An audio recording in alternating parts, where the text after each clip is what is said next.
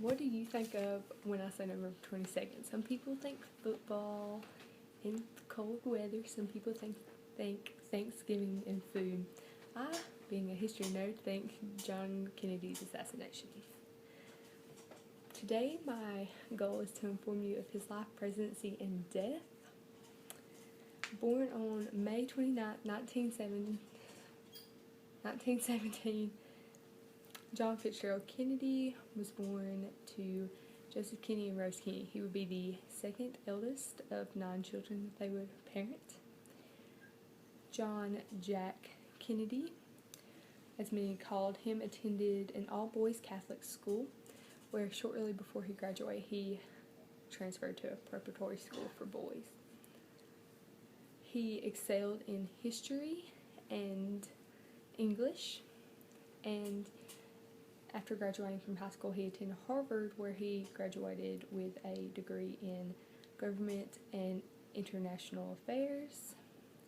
Soon after graduating from Harvard, Kennedy enlisted in the Navy, where he was a commander of a patrol torpedo boat that was shot down in World War II by a Japanese destroyer ship, and he led 10 other survivors to safety in a nearby island where they would later be rescued.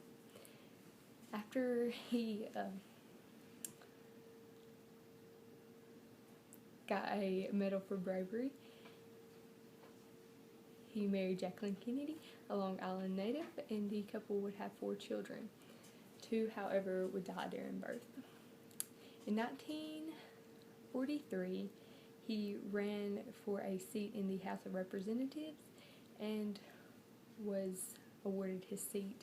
He served in the House for 6 years, and after 6 years, he ran for a seat in the Senate. He defeated Henry Lodge for the seat. After serving 2 terms in the House, he started entering primaries and easily won and was selected as Democratic Party representative for the presidential election of 1960. John Fitzgerald Kennedy was elected as the 35th President of the United States in November 1960. He faced many obstacles in his presidency. He planned his administration to be called the New Frontier. He wanted to land a man on the moon by the end of the decade.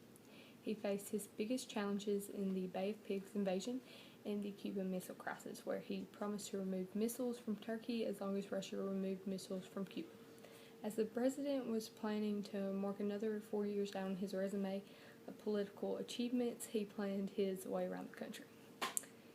Landing at Dallas Love Field Airport at about 11 a.m. on November 22, 1963, he began his tour of the Texas city.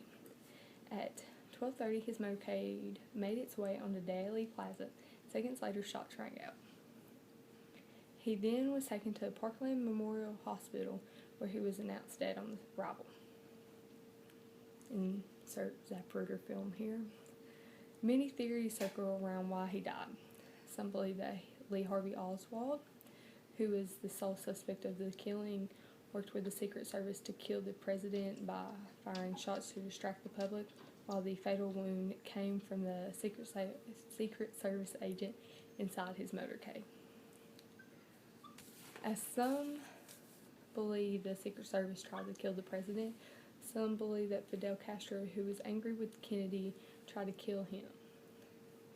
In 1998, in the book Live by the Sword, Gus Russo proposed that Castro was tired of assassination attempts against his own life, that he returned the favor and was far more successful.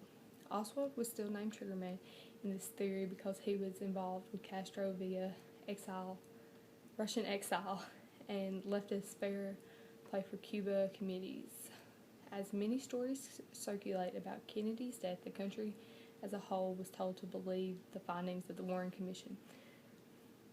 Set up by Lyndon B. Johnson, this commission was to investigate the death of the president, and they published a report known as the Warren Report that stated that Lee Harvey Oswald was alone in the assassination of the president. With the death of the president came the loss of hope for some, the sigh of relief for a few and the mourning of an entire nation. I hope I informed you of the life, presidency, and death of America's most memorable president.